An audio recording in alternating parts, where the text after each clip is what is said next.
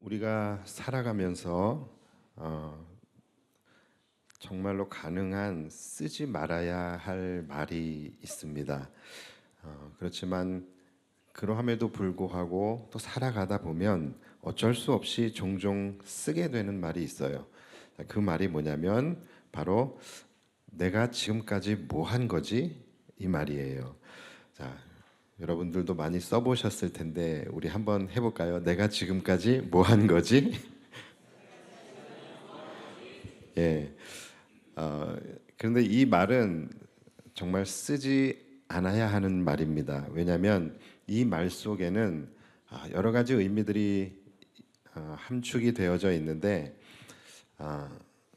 일단은 지난 시간에 후회가 포함되어져 있고요. 그리고 또 내가 한 선택이 잘못되었음을 인정하는 것이죠. 그리고 또 내가 해온 일들, 또 걸어온 길들을 내가 스스로 부정하는 말이기 때문에 그렇습니다. 예를 들어서 열심히 지붕을 고쳤는데 알고 봤더니 남의 지붕을 고쳤어요. 그러면 내가 지금까지 뭐 한 거지? 라고 이야기를 하게 되는 것이죠. 열심히 시험 공부를 했는데 전혀 다른 시험 범위를 공부하고 있었어요. 그러면 내가 지금까지 뭐 한 거지? 이런 말을 하게 되는 거예요. 내비게이션에 광주를 찍고 갔는데 경기도 광주를 가야 되는데 전라도 광주로 가버렸어요. 그러면 뭐라 그래요?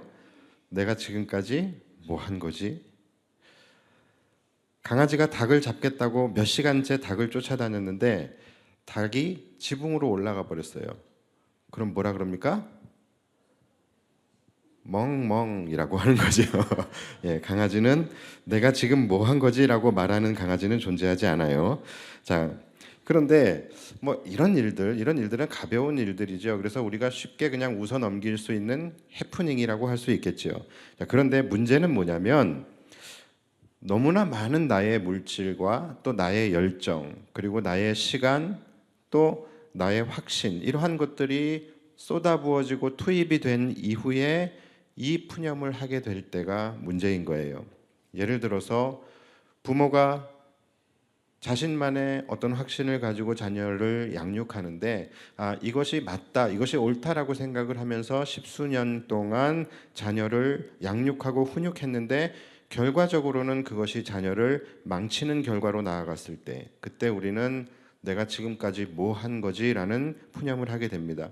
나는 마음을 다해 사랑했는데 그것이 그 사랑이 배신으로 돌아오게 될 때, 또는 나는 이 사람을 믿고 내가 이 사람에게 내 인생을 걸었는데 나중에 내가 그에게 이용당했음을 알게 될 때, 그때에 우리는 내가 지금까지 뭐 한 거지라는 푸념을 하게 됩니다.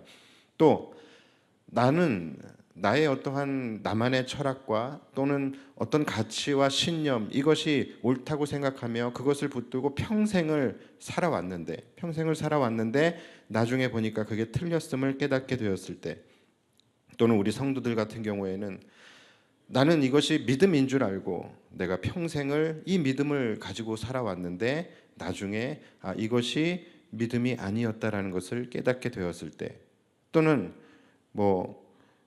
여기에 투자하면 정말 인생의 역전이 일어날 것 같아서 지금까지 내가 살아오면서 모아왔던 나의 모든 인생을 다 갈아서 거기다가 넣었는데 그것이 휴지 조각이 되었을 때, 우리는 깊은 한숨과 함께 내가 지금까지 뭘 한 거지?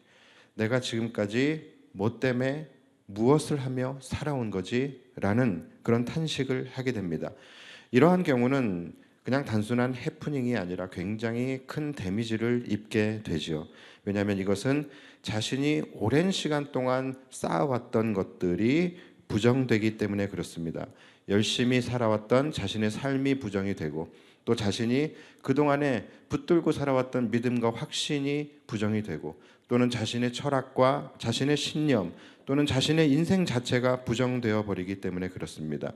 이것은 굉장히 위험합니다. 그래서 때로는 내가 지금까지 뭘 한 거지, 여기서 그치는 것이 아니라 나는 살 가치가 없겠구나, 나는 이 세상에 필요하지 않은 존재구나 라는 고백으로 나아가기까지 합니다.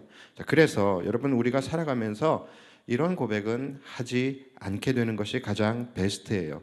그러나 우리가 또 이 땅을 살아가다 보면 인생이란 또 이런 일도 있고 저런 일도 있고 또 이런 고백을 할 수밖에 없는 그런 상황을 만날 수밖에 없게 되죠. 그래서 우리는 가급적 빨리 이것이 진행되어지지 않은 그런 상황에서 고백할 수 있게 되는 것, 그것이 그래도 그나마 인생의 데미지를 줄일 수 있는 최선의 방법이 아닐까 생각을 해봅니다.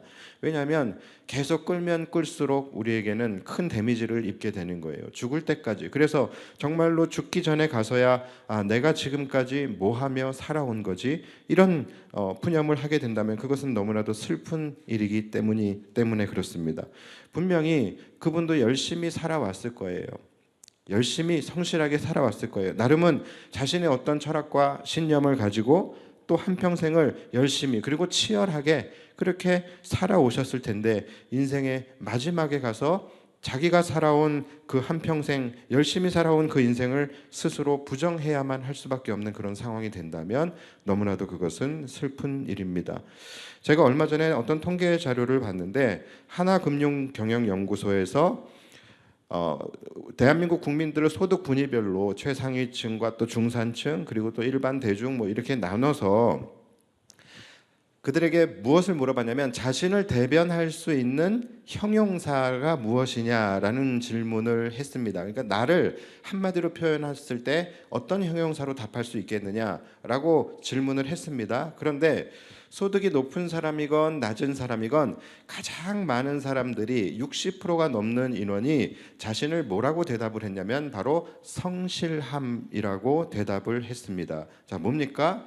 그러니까 60%가 넘는 사람들이 자신을 표현하는 형용사가 성실함이라고 하는 거예요. 그러니까 부자건 가난하건 중산층이건 뭐 일반 서민이건 모두가 다 자신의 삶을 그만큼 치열하게 그리고 성실하게 그리고 열심히 그렇게 살아가고 있다라는 거예요.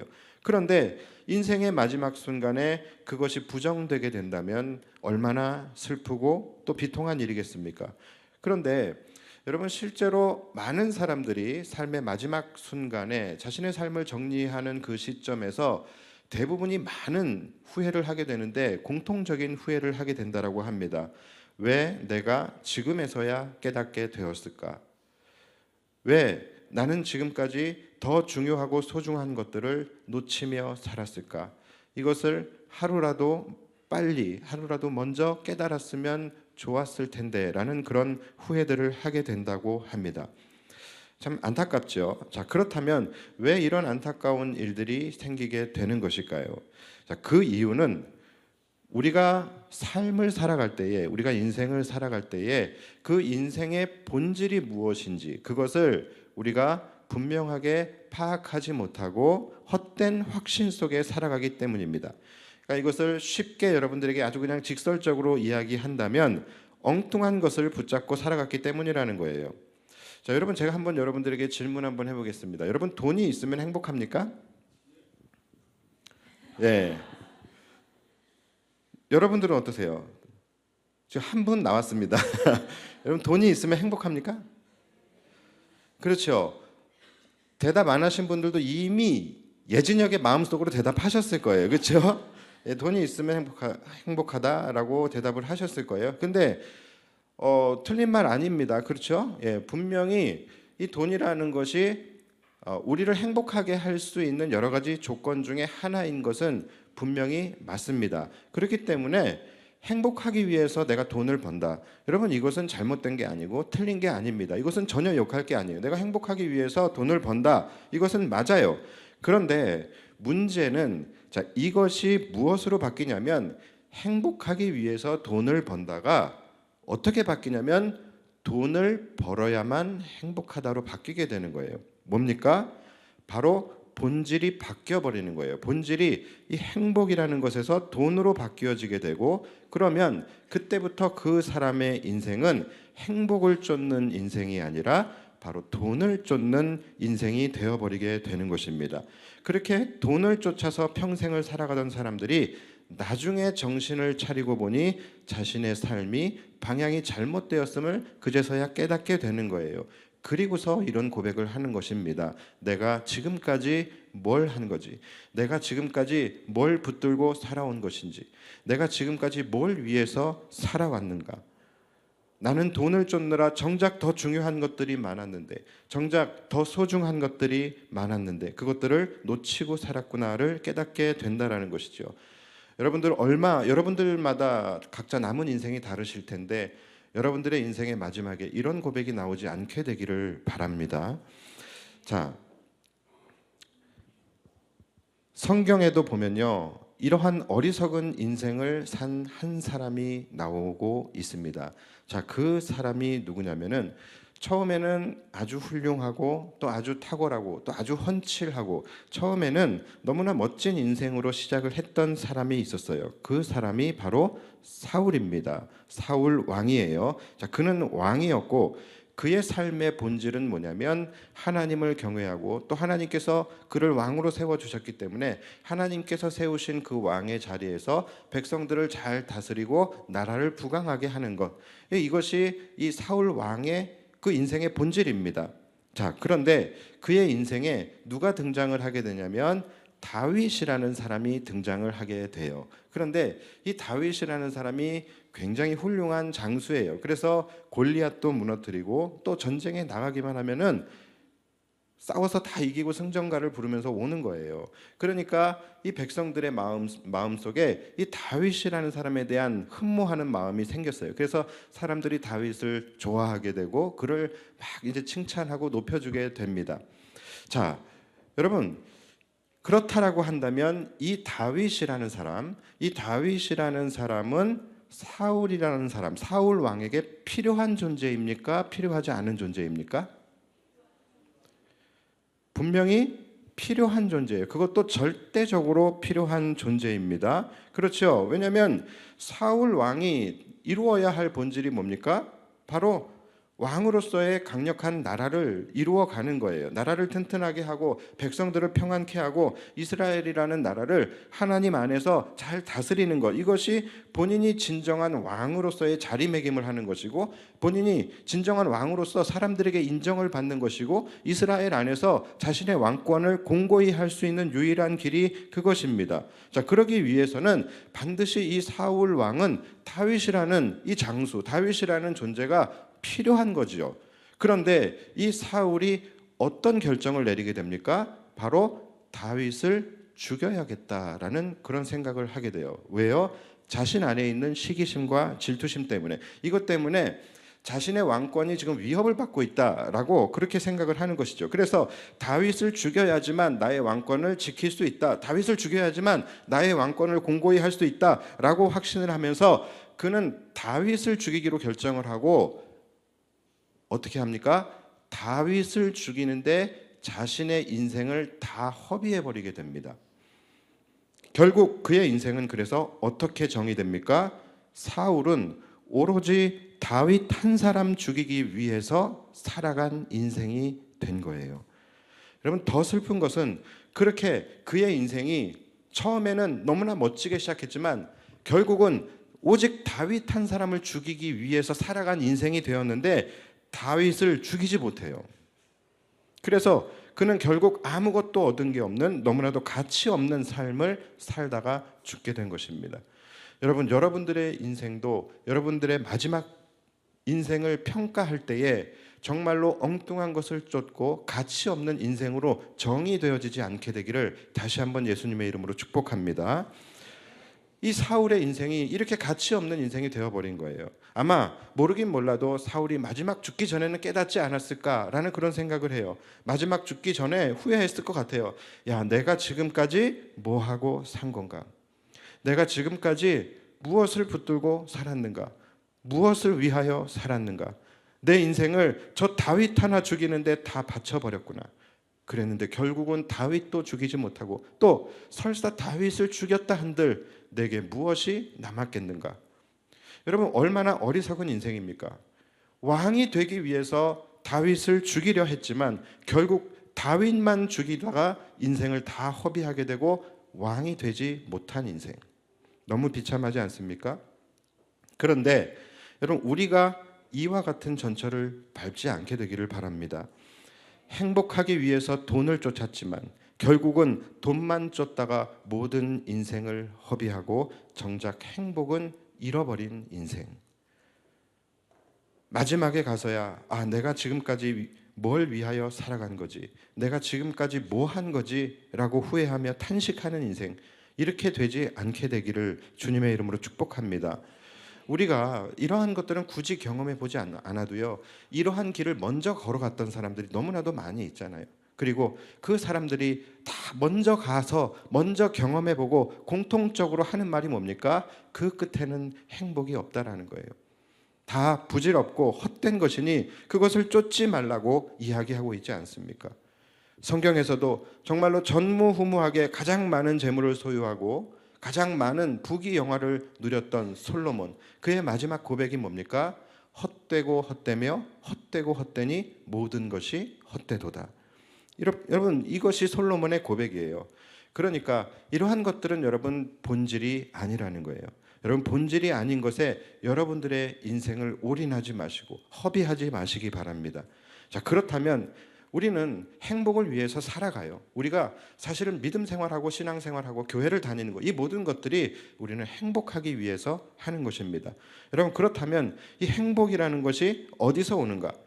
자, 행복이라는 것을 우리가 찾아야 되는데, 행복을 찾기 위해서는 바로 우리 자신부터 알아야 합니다. 왜냐하면 이 행복을 느끼는 주체가 바로 나이기 때문에 우리는 나 자신의 본질이 무엇인지 우리는 이것부터 아는 것이 중요한 문제예요. 자, 여러분, 인간은 육신과 영혼으로 구분되어져 있습니다. 인간은 육신과 영혼으로 구성되어져 있어요. 그래서 이것을 영과 육이라고 이야기합니다. 자, 그렇다면 여러분에게 한번 여쭤볼게요. 여러분들이 인간이니까. 자, 그렇죠?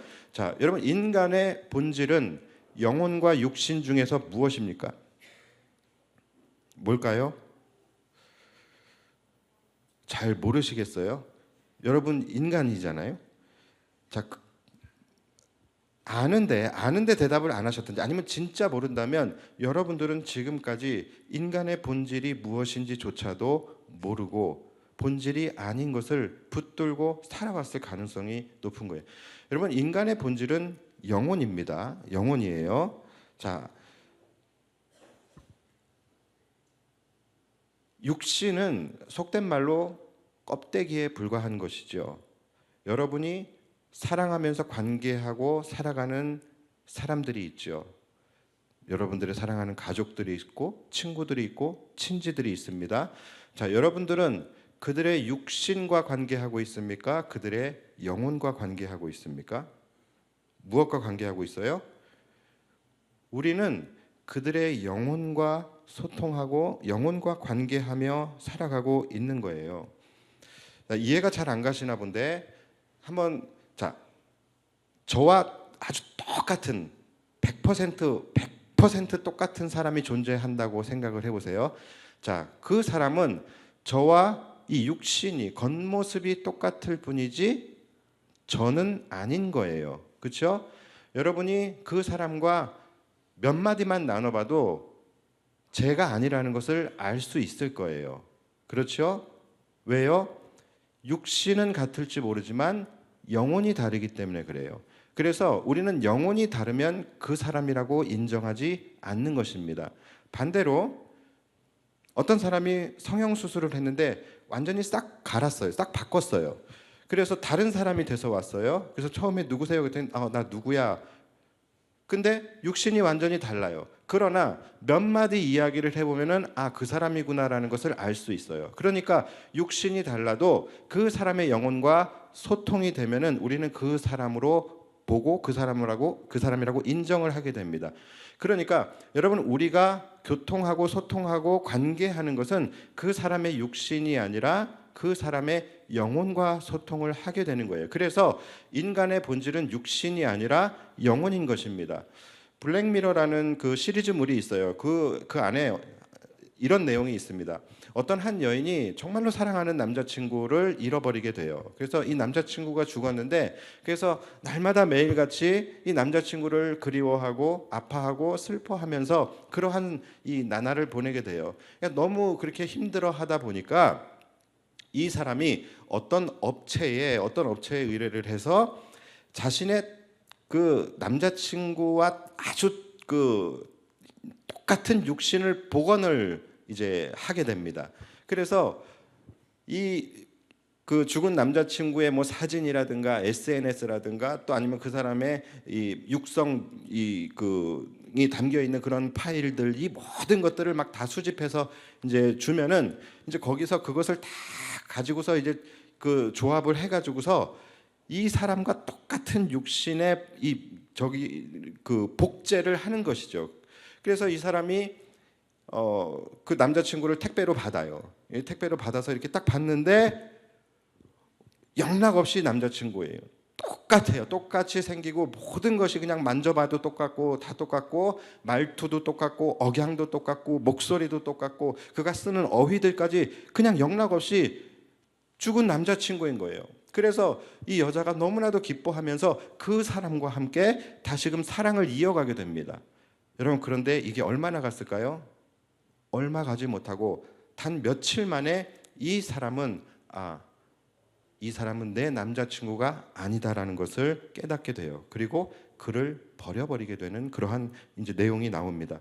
자, 여러분, 우리는 오로지 육신에 모든 관심이 집중되어져 있어요. 그런데 여러분, 육신은 인간의 본질이 아닙니다. 우리 모두는 영혼으로 소통하고 영혼으로 관계를 맺는 거예요. 그래서 육신이 죽으면 이제 그 죽은 육신은 더 이상 그 사람이 아닌 거예요. 왜요? 영혼이 그 육신을 떠났기 때문에 그런 것입니다. 그런데 희한하게도 많은 사람들은 이 영혼이라는 것에는 별로 관심이 없고 오로지 육신에만 집착하는 그러한 삶을 살아가고 있어요. 뭡니까? 본질이 아닌 것을 쫓으며 살아가고 있다라는 거예요. 영혼이 더 중요하고 영혼이 더 귀하고 소중한 것인데 영혼 귀한 것을 사람들은 몰라요. 그리고 오로지 육신에만 모든 힘과 에너지를 다해서 살아가고 있습니다. 그것이 알고 싶다라는 그러한 그 프로그램들을 보면요, 어떤 강력 사건이 일어났을 때 이 죽은 시신을 찾는 데에 엄청난 인력과 막대한 자금과 하여간 엄청난 그 에너지를 들여서 시신을 찾는 데 애를 씁니다. 이렇게 인간의 육신이 어디로 갔는지에 대해서는 엄청난 에너지를 들이면서 사람들은 영혼이 어디로 갔는지에 대해서는 그렇게 큰 관심이 없어요. 그렇게 큰 에너지를 쏟지 않는다라는 것이죠. 여러분, 행복이라는 것은 여기에 비밀이 있습니다.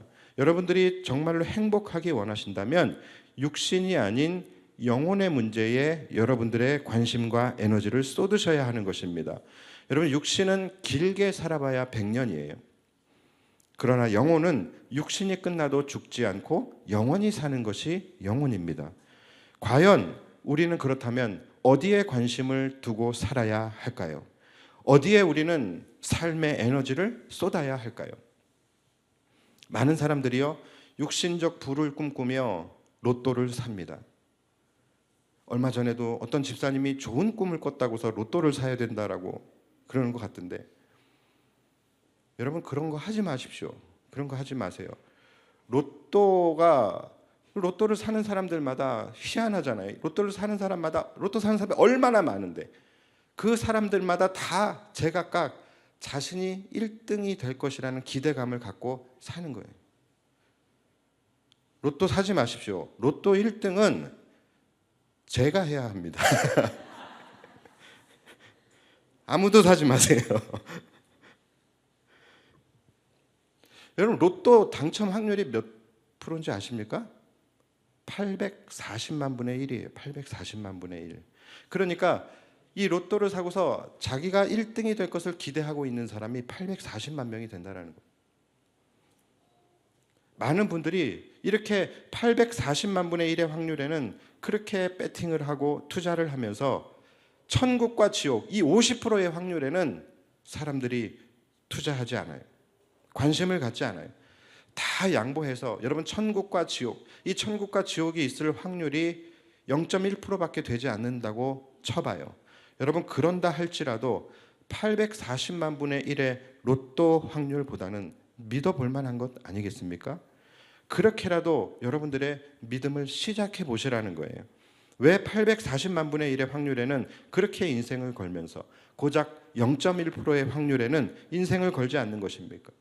왜 길어봐야 100년밖에 살지 못하는 그런 육신의 인생에는 자신의 모든 인생의 모든 것들을 투자하면서 왜 100만 년을 넘어서 영원히 살아가게 되는 그 인생에는 투자를 하지 않는 것입니까? 여러분 육신은 본질이 아닙니다. 여러분은 영혼에 집중하셔야 합니다. 우리가 그렇게 바라고 있는 행복, 이 행복도 여러분 마찬가지예요. 우리가 행복을 느끼는 기관도요, 우리의 육신이 아니라 우리의 영혼입니다. 육신적으로 부유하고 또 모자랄 것이 없고 삶이 넉넉한 그런 사람들도요, 행복하지 않은 사람들이 굉장히 많아요. 부와 명예와 권력과 더 나아가 인기까지 가지고 있는 그 유명인들이 행복하지 않아서 자살을 합니다. 그 이유가 무엇이겠습니까? 다른 이유가 없어요. 영혼이 행복하지 않기 때문에 그런 거예요. 영혼이 병들어 있기 때문에 그런 것입니다. 영혼이 행복하지 않으면 아무리 즐거운 일을 해도 즐겁지가 않아요. 여러분들 살면서 느끼시지 않으셨습니까? 내 영혼이 곤고하고 내 영혼이 행복하지 않으면 아무리 즐거운 일을 해도 즐겁지 않고, 아무리 웃어도 그것은 웃어도 웃는 것이 아니고, 아무리 맛있는 것을 먹어도 맛있지가 않습니다. 영혼이 행복하지 않으면 그런 거예요. 반면에 우리가 조금 부족하고 조금 가난하고 조금 삶의 상황이 넉넉지 않다 할지라도요, 우리의 영혼이 기뻐하면은 모든 것이 기쁘고 행복한 거예요. 그것을 우리는 평안이라고 하는 것입니다. 행복은요, 육신이 느끼는 것이 아니라 영혼이 느끼는 거예요. 내가 비록 부유하지 않아도요, 내 영혼이 건강하고 평안하면 우리는 행복을 느낄 수 있다는 거예요. 현재 여러분 지금 우리나라의 수준이 어느 정도 되는지 다 아실 거예요. 우리나라는 지금 세계 10대 강국의 반열에 있는 강대국입니다. 다시 말해서 부유한 나라라는 거예요. 세계에서 손꼽히는 부자 나라라는 것입니다. 여러분 그렇다면 우리 대한민국의 국민들은 다 행복해야 맞잖아요. 그런데 여러분 대한민국의 행복 지수가 세계에서 몇 위인지 아십니까? 몇 위인지 아세요? 유엔에서 발표한 최근 통계 자료를 보니까 57위예요. OECD 국가들 중에서는 최하위권에 속합니다. 여러분 이것이 대한민국의 행복 지수예요. 실제 대한민국의 빈곤층은 15% 정도가 존재한다라고 해요. 그러면 굉장히 잘 사는 나라예요. 자, 그런데 여러분 실제 우리 국민들에게 물어보면은 우리 국민들의 45%가 스스로를 빈곤층이라고 생각하며 살아간다라고 해요. 또 우리나라에서도 중산층에 속하는 사람들, 뭐 크게 잘 살지도 않지만 가난하지도 않은 그 중산층에 사는 사람들을 또 조사해 봤더니 여러분 그들 중에서 56%가 자신은 빈곤층이다, 자신은 가난하다라고 느끼며 살아가고 있다라는 거예요. 여러분 이만큼 지금 한국 국민들은 뭔가 고장이 나 있어요. 빈곤하지 않은데 빈곤하다고 느끼며 살아가고 있고, 충분히 행복할 수 있는 조건 속에 살아가면서 자신은 행복하지 않다라고 생각하며 살고 있다라는 거예요. 무슨 말입니까? 지금 한국 국민들의 영혼이 병들어 있다라는 것입니다. 여러분 영혼이 건강하지 않으면 세계 10대 강국이 돼도, 아니 세계 최고의 부자 나라가 돼도 우리는 행복할 수가 없는 것입니다. 육신이 아닌 영혼에 관심을 가지셔야 된다라는 거예요. 그래서 여러분 우리가 살아가면서 우리 인생에 있어서의 최대 목표, 최대 과제, 최대 숙제, 이것은 뭐냐면 바로 우리의 영혼이 살아나는 거예요. 우리의 육신이 아니라 영혼이 살아나야 된다는 거예요. 우리의 영혼이 복을 받아야 된다는 것입니다. 그래야 우리의 삶이 행복해지고 평안해질 수 있게 되는 것입니다. 자, 그렇다면 우리의 영혼은 언제 평안해질 수 있느냐, 이 부분이 가장 중요한 부분이기 때문에 이 부분을 말씀드리고 오늘 말씀을 마치려고 합니다. 여러분, 이 세상에는요, 우리의 영혼을 죽이는 존재가 있고 살리는 존재가 있습니다. 우리의 영혼을 죽이고 병들게 하는 존재는 바로 죄입니다. 그리고 우리의 영혼을 회복시키고 살리는 존재는 바로 예수 그리스도이십니다. 우리의 영혼을 병들게 하는 것이 죄예요. 그렇기 때문에 우리의 영혼이 병들어 있는 한 우리는 절대로 행복할 수가 없게 되는 거예요. 그래서 우리가 행복하지 못하는 이유는 결국은 죄 때문이라는 거예요. 그래서 이 죄의 문제를 해결하지 않고서는 우리는 결코 행복할 수도 없고 평안할 수도 없고 영원할 수도 없는 것이죠. 그래서 우리의 죄의 문제를 해결하시기 위해서 예수 그리스도께서 이 땅에 오신 것입니다. 우리의 죄값을 치르기 위해서 예수 그리스도께서 십자가에 달리셔서 우리를 대신하여 죽어주신 것입니다. 따라서 여러분, 우리의 죄의 문제를 해결할 수 있는 유일한 길은 오직 예수 그리스도밖에 없는 것입니다. 우리의 인생이, 우리의 삶이 행복한 인생으로 나아갈 수 있는 유일한 길 역시 오직 예수 그리스도밖에 없는 거예요. 우리의 삶이 평안한 삶으로 나아갈 수 있는 오직 유일한 길 역시 예수 그리스도밖에 없는 것입니다. 우리의 생명이 영원한 생명으로 나아갈 수 있는 오직 유일한 길 역시 예수 그리스도밖에 없음을 믿으시기 바랍니다. 왜냐하면 이 모든 문제들의 중심에는 죄라는 것이 있어요. 이 죄라는 것이 있고 그 죄를 해결할 수 있는 유일한 길은 오직 예수 그리스도밖에 없기 때문입니다. 그래서 오늘 본문에서 예수님은 내가 곧 길이요 진리요 생명이니 나로 말미암지 않고서는 아버지께로 올 자가 없다라고 말씀을 하시는 거예요.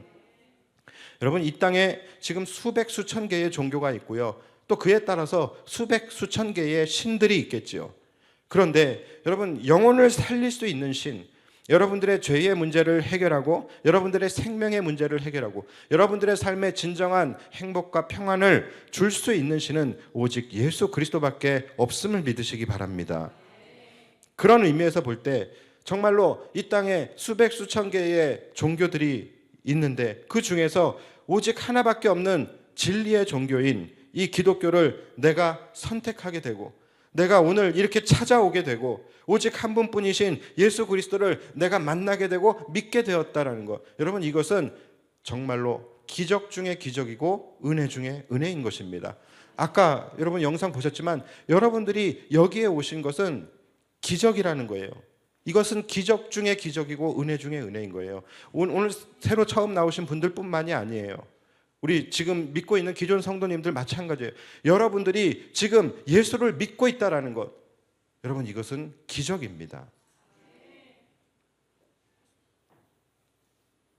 혹시 여러분 가운데 오늘 처음 나오신 분들이 계시다면 여러분들이 어떤 배경에서 오늘 여기에 오시게 된지 잘 몰라요. 끌려 나오신 분들도 있을 것이고 하도 닥달하고 하도 부탁하고 쪼르고 막 협박해서 그 등살에 못 이겨서 여러분들이 오시게 된 분도 있으실지 모르는데, 그렇다 할지라도 여러분, 여기에 여러분들이 오시게 되었다라는 것은 가장 큰 기적이고 가장 큰 은혜인 것입니다.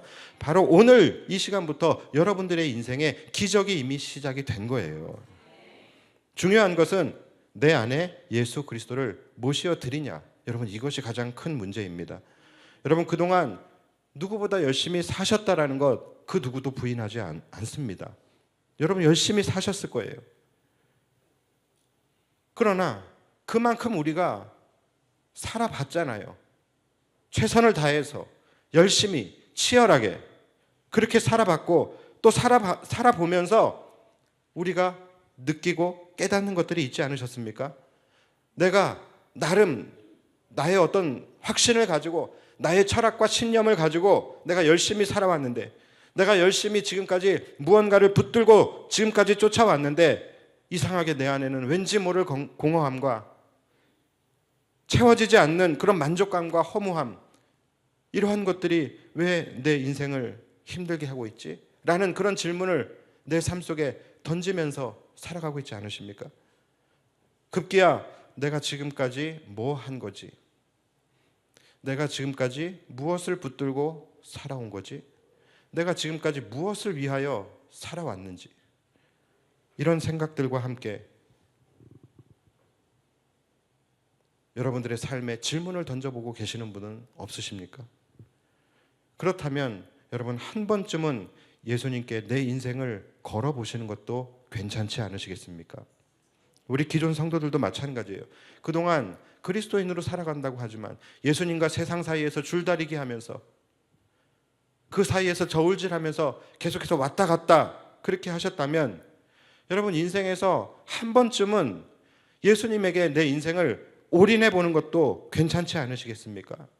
한번 해보시고 내가 정말로 행복해지는지 아닌지 한 번쯤은 경험해보고 실험해 보실 수 있지 않겠습니까? 제가 오늘 여러분들을 만나기 위해서 주중에 미용실에 가서 머리도 깎고 염색도 하고 다 했어요. 다 했는데 하면서 저 머리를 해주시는 그 디자이너 선생님과 뭐 이런저런 이야기하지 않겠습니까? 그런데 이 선생님이 이러더라고요. 그동안에 자신이 좀 아팠대요. 아파서 이제 건강 검진도 받고 또 한의원에를 갔는데 이 한의원에서 자신의 어떤 체질을 이렇게 뭐 이렇게 검사를 하더니 이러더랍니다.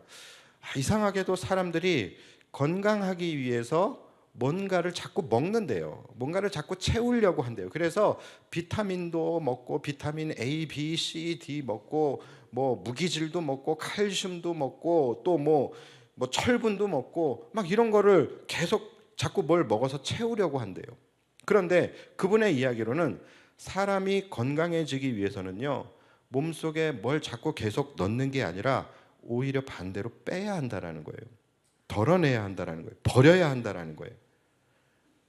이미 우리 안에 필요한 영양소들은 지금 현대인들은 차고 넘친대요. 그래서 오히려 빼야 된다라는 거예요. 그리고 하나만 있으면 된대요. 그게 비타민 D래요.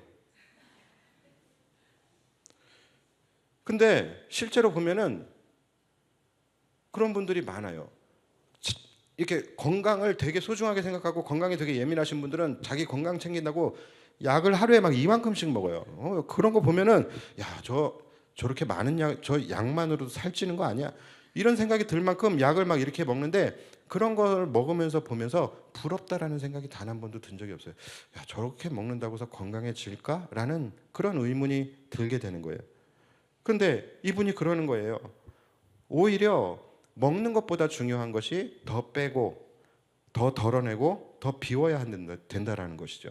근데 제가 들으면서 참 일리 있다라고 생각이 됐어요. 여러분 행복도 마찬가지입니다. 우리가 행복하기 위해서 자꾸 뭘 쌓으려고 하고 자꾸 뭘 가지려고 하고 자꾸 뭘 더 벌어서 채우려고 한다라는 것이죠. 그런데 여러분 실제로는 아닐 수도 있습니다. 오히려 우리의 육신적 욕심들을요 더 빼고 내려놓고 덜어내고 비워낼 때 그리고 그곳에 오직 한 가지 바로 예수 그리스도로 채워낼 때 그때에 우리는 진정한 행복과 평안을 누릴 수 있게 되는 것입니다. 여러분 이거 꼭 기억하셔야 됩니다. 많은 것을 우리가 갖게 된다고 소유한다고 그런다고 우리가 행복해지는 것이 아니에요. 오직 예수님만이 내 인생의 대안이 되신다는 것. 여러분 이것을 꼭 기억하시고 여러분들의 인생의 정말로 마지막 순간에 적어도 이런 말은 하지 말아야 되지 않겠습니까? 내가 지금까지 뭐 한 거지? 내가 지금까지 무엇 때문에 살아왔지? 무엇을 위하여 살아왔지? 이런 후회가 아니라 참 내가 다른 건 몰라도 내가 인생 하나는 제대로 잘 살아왔구나. 이제 내가 예수님 만나서 영원히 살아갈 날만 남았구나 라고 고백하면서 기뻐할 수 있는 저와 여러분들이 되시기를 예수님의 이름으로 축복합니다. 기도하겠습니다.